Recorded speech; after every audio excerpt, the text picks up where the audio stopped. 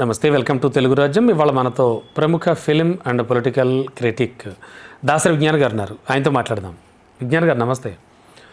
MLC Vijayashanti దంపతులకి already బెదిరింపు చేస్తున్నాడు ఒక అబ్బాయి అని చెప్పి చంద్రశేఖర్ అనే వ్యక్తి.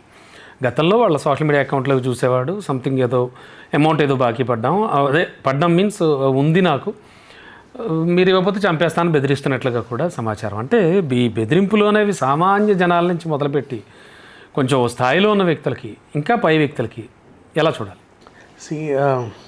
మామూలుగా సినిమా సెలబ్రిటీలు అనుకోండి, మీ సోషల్ మీడియాలో హ్యాండిల్ చేయడానికి కొన్ని పిఆర్ టీమ్స్ వస్తాయి. అంటే మీ ట్విట్టర్ నా చేతుల్లో ఉంటుంది, మీ ఫేస్బుక్, మీ ఇన్స్టా, మీకు ఇంకేమైనా ఉంటే అవి ఎక్సో, ఇవన్నీ వాళ్ళ చేతుల్లో ఉంటాయి. ఎప్పుడు ఏ సమయానికి ఏది పెట్టాలన్నా వాళ్ళు యథేచ్ఛగా పెట్టుకోవచ్చు. వీళ్ళని ప్రమోట్ చేసే పని వీళ్ళు ఎప్పుడు వాళ్ళ ఫ్యాన్స్కి అందుబాటులో ఉండేలాగా. నెక్స్ట్ మళ్ళీ వీళ్ళ హీరోయిన్లు అనుకోండి, ఎప్పటికప్పుడు వాళ్ళ ఫోటోలు పంపిస్తూ ఉంటే వీళ్ళు అప్లోడ్ చేస్తూ ఉంటారు. ఖచ్చితంగా టీం ఉంటుంది. నెక్స్ట్ ఇప్పుడు యూట్యూబ్ ఛానల్స్ కూడా వచ్చాయి. సార్ మీకు ఒక యూట్యూబ్ ఛానల్ అబ్బే వద్దండి నాకు అంత, లేదు మేమే మెయింటైన్ చేస్తాం, మీరు జస్ట్ మేమే కెమెరాలు పంపిస్తాం, మేమే ఎడిటింగ్ చేస్తాం, అన్నీ చేస్తాం, మీరు జస్ట్ ఖాళీ సమయంలో ఇంట్లో కూర్చొని వంటో ఏదో చేయండి చాలు, అంతే. ఇట్లాంటివి కూడా ఉన్నాయి. ఇప్పుడు ఈ సినిమా సెలబ్రిటీలు ఈ వీళ్ళంటే ఓకే. రాజకీయాల్లో ఈ పిఆర్ టీంలు విచిత్రంగా ప్రవర్తిస్తూ ఉంటాయి. ఎలా ఉంటాయంటే, ఇప్పుడు నేను మీ సోషల్ మీడియా అకౌంట్ హ్యాండిల్ చేస్తున్నా, వాళ్ళు వచ్చి అడుగుతారు, మేడం అదేంటిది అసలు మోడీ మేమే చేస్తున్నాము, సోనియా గాంధీ మేమే చేస్తున్నాము, మొత్తం అసలు ట్రంప్ది మేమే చేస్తున్నాము, మీది కూడా మేమే చేస్తాం, ఇంతమంది మెయింటైన్ చేస్తాం, సరే చెయ్యి. ఏదో బలహీనతలో ఒప్పుకుంటారు. బలహీనత ఏం లేదు, చెయ్యండి అనే చెప్తాను. ఇంకా వీళ్ళ దగ్గర సొమ్మేం ఇచ్చేది కాదు. ఎప్పటికప్పుడు మీరు సన్మానం చేయించుకున్నా గబగబా ఫోటోలు తీసి వేసేయడమే. నువ్వు మీటింగ్కి వెళ్ళినా ఫోన్లో పడి ఉంటుంది, ఇంకేమన్నా ఉన్నా, నువ్వు ఖాళీకి ఇంట్లో కూర్చున్నా ఏదో ఒక ప్రసంగం దాని గురించి వీళ్ళు వేస్తూ ఉంటారు. ఎక్కడన్నా ఏదైనా జరిగితే నీ అభిప్రాయం ఒకటి, అసలు ఇలా జరగకుండా ఉండాల్సిందే అని నువ్వు చెప్తావు, అది వీళ్ళు వేస్తూ ఉంటారు. అది వాళ్ళ డ్యూటీ. టైంకి ఇక్కడ వీళ్ళతో ప్రాబ్లం ఏమొస్తుంది, రాజకీయ నాయకుల పిఆర్ వాళ్ళకి ఏంటంటే ఎప్పుడు ఒక పార్టీలో ఉండరు వాళ్ళు.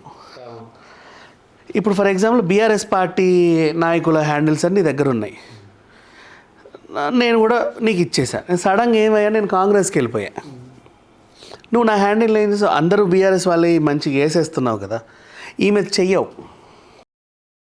సడన్గా ఒకడు బీజేపీకి వెళ్ళిపోతాడు, వాళ్ళది కూడా సరిగ్గా మెయింటైన్ చేయవు. మెయింటైన్ చేయకపోతే ఏం చేస్తారు వీళ్ళు, చూసి వాళ్ళకు అనుకూలంగా వేరే పార్టీ వాళ్ళు ఉంటారు కదా, ఇప్పుడు కొత్త పార్టీలో ఉన్న వాళ్ళు, మీ అన్నీ ఎవరు హ్యాండిల్ చేస్తారంటే పలానా ఈ వీడు, నాది కూడా వీడికి ఇవ్వండి, ఇవి చేస్తారు. అప్పుడు ఈమె ఏమడిగింది, ఇప్పుడు ఎమ్మెల్సీ అయిన తర్వాత మొన్నటి వరకు సైలెంట్గానే ఉండింది కాబట్టి వాడికి పనుల, ఇప్పుడు సడన్గా లైమ్ లైట్లోకి రావాలనుకుంది. మొన్న ఎమ్మెల్సీ ఇచ్చారు, తర్వాత ఈవిడకి హోమ్ ఇస్తారనే ప్రచారం జరిగింది. మీనాక్షి గారు వచ్చిన తర్వాత ఈవిడ కొంచెం అంటే ఒక లైమ్ లైట్లోకి తీసుకొద్దాం అనుకున్నారు. ఈ టైంలో ఇప్పుడు సోషల్ మీడియాలో ఈవిడ అకౌంట్స్ కూడా కొంచెం కీలకం. కానీ హ్యాండిల్స్ ఒకటి దగ్గర ఉన్నప్పుడు ఆ ఈమెయిల్ పాస్వర్డ్ వాడు ఇవ్వాలి. వాడు ఇస్తే మళ్ళీ నేను వీడికి మా పాస్వర్డ్ మార్చుకొని ఇంకొకటికి ఇవ్వాలి. ఇప్పుడు వాడిని ఎవరెవరే నా ఈమెయిల్ ఐడి, పాస్వర్డ్, మా హ్యాండిల్స్ అన్నీ ఇగో నేను ఇక్కడ నుంచి వీడితో చేయించుకోవాలనుకుంటున్నా, ఇచ్చేయి. మరి ఇన్నాళ్ళు మెయింటైన్ చేసడానికి ఎంత చూస్తారు నా డబ్బులు, అదేంటారు నువ్వు ఫ్రీగానే చేసావు కదా.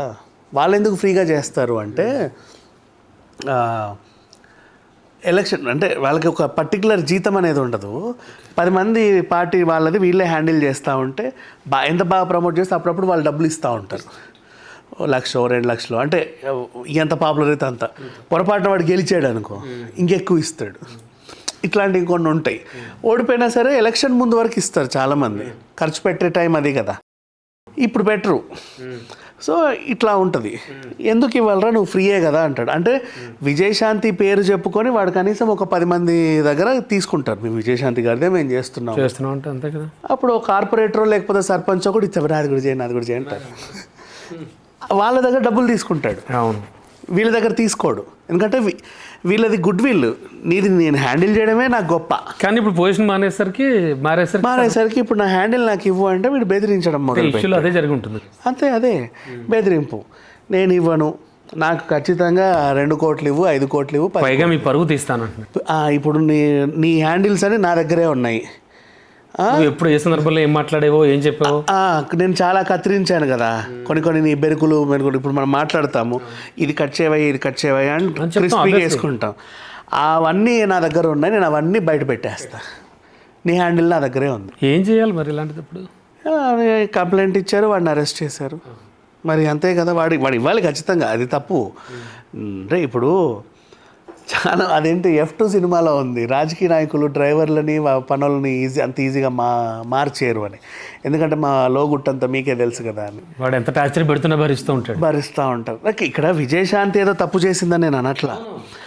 మనకి ఏంటంటే కొన్నిసార్లు గొంతు తిరక్క కొన్ని సందర్భాల్లో ఏదో చెప్తూ ఉంటాం, ఆ టైంలో కత్తిరిస్తాను. ఇప్పుడు నేనే ఉన్నా మీ దగ్గర, తెలుసో తెలుగో పొరపాటుకైనా వాగాను అనుకో, మీరేం చేస్తారు, దాన్ని కట్ చేస్తారు.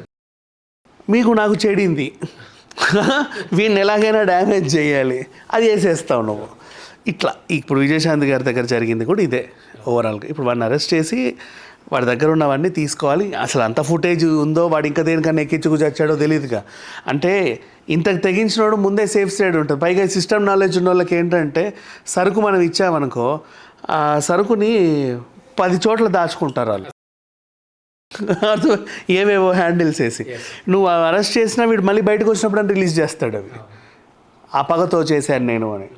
లేదా ఈవిడంటే పడనోళ్ళు ఉంటారు అపోజిషన్, వాళ్ళకి ఇస్తాడు తీసుకెళ్ళి. ఇప్పుడు ఈవిడికి ఆ భయం వచ్చింది. Right, thank you. Hello, Telugu రాజ్యం ఛానల్ చూస్తున్నారా?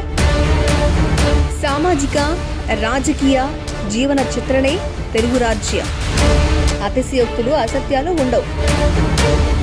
రాజకీయ కోణం కాదు, ప్రజా కోణమే కొలబద్ద. తెలుగు రాజ్యం వీక్షణ మీ ఉత్తమ అభిరుచికి నిదర్శనం.